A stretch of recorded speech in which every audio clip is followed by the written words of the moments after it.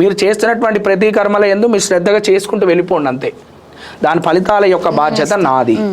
నేను దానికి ఏ రకంగా ఫలితం ఇవ్వాలి, ఏ రకంగా దాన్ని చూసుకోవాలంతా కూడా అది నా బాధ్యత అని భగవంతుడు చెప్తున్నాడు. ఇంతవరకు క్లియరా అమ్మ?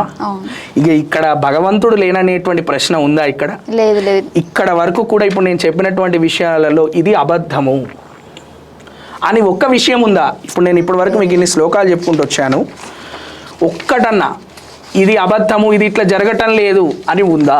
లేదు. ఉంటే మీ క్వశ్చన్ లేదు కదా. యదా యదా హి ధర్మస్య గ్లానిర్భవతి భారత అభ్యుత్థానం అధర్మస్య తదాత్మానం సృజామ్యహం. ఒకవేళ కౌంతేయ ఈ ధర్మము ఇట్లా ఆచరిస్తూ ఉన్నారు, వీళ్ళకి ఎవరన్నా గనక ఇబ్బంది కలిగిస్తే గనక నేను వెంటనే వస్తాను అక్కడికి. తదాత్మానం సృజామ్యహం, నేను తప్పకుండా అక్కడ ఆత్మరూప తదాత్మానం సృజామ్యహం.